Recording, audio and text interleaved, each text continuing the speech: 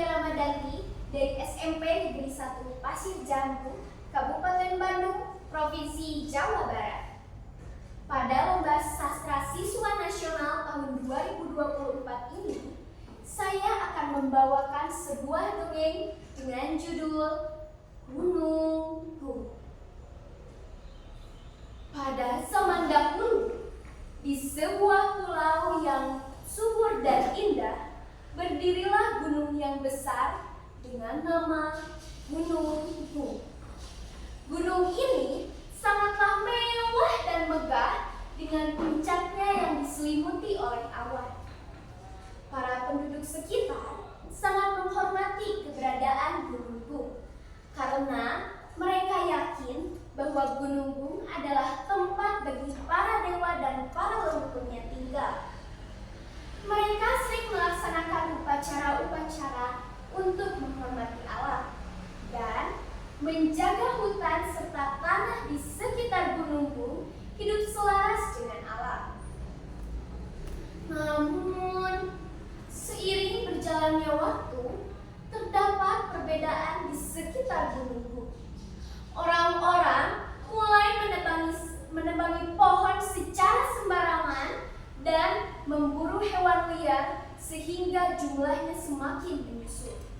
Mereka pun mulai lupa untuk melakukan upacara-upacara persembahan untuk menghormati alam. Keserakahan manusia membuat mereka lebih mementingkan kekayaan dan mulai melupakan kearifan yang diwariskan oleh leluhur. Paman Saka, seorang yang bijaksana dan disegani oleh para penduduk desa, memperingati mereka.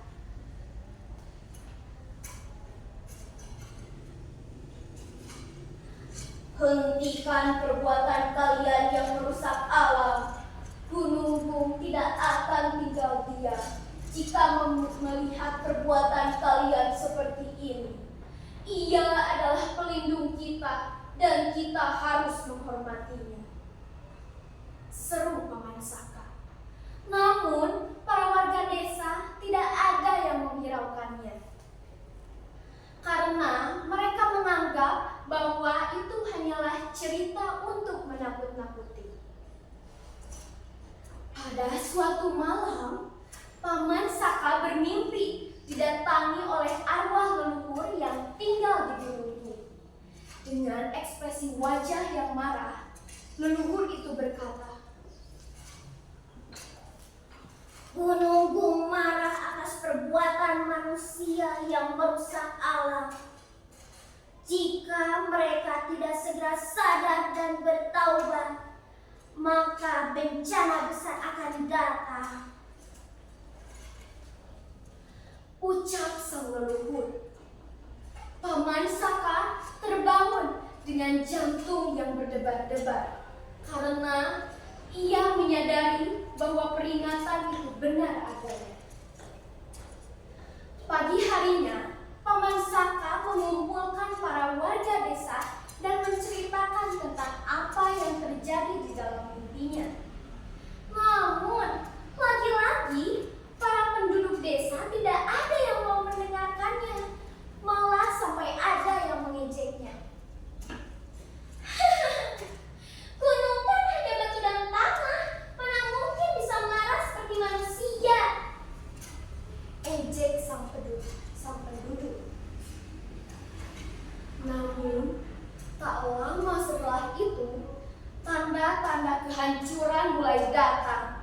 Gunung Gung mengeluarkan suara yang bergemuruh hingga getarannya terasa hingga desa-desa terdekat. Awan-awan tebal membubul di puncaknya dan lahar panas mulai mengalir dari sela-sela tanah.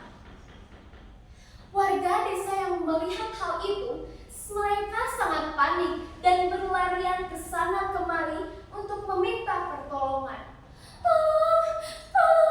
Tolong selamatkan kami! Tolong selamatkan kami!" teriak para warga desa. Paman Saka dengan tenang menggiring mereka ke tempat yang lebih aman. Lalu ia berkata,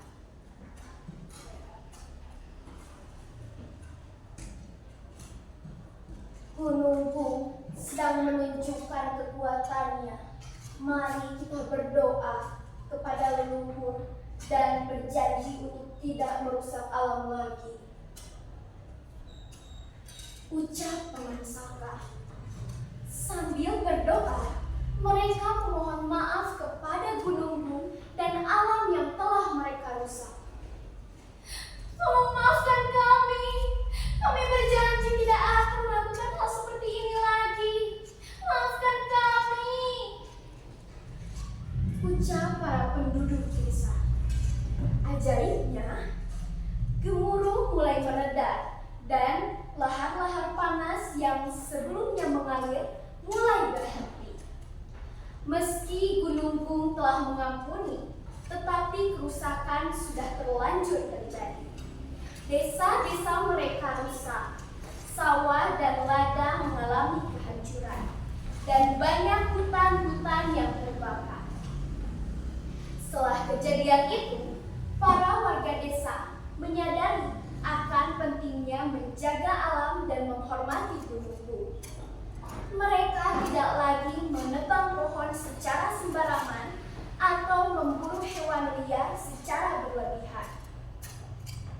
Legenda ini terus diceritakan secara turun-temurun agar mereka tahu bahwa alam memiliki kekuatan yang harus kita hormati, dan Gunung Gung menjadi salah satu simbol bahwa manusia dan alam itu hidup selaras. Terima kasih. Mungkin hanya itu saja yang dapat saya sampaikan.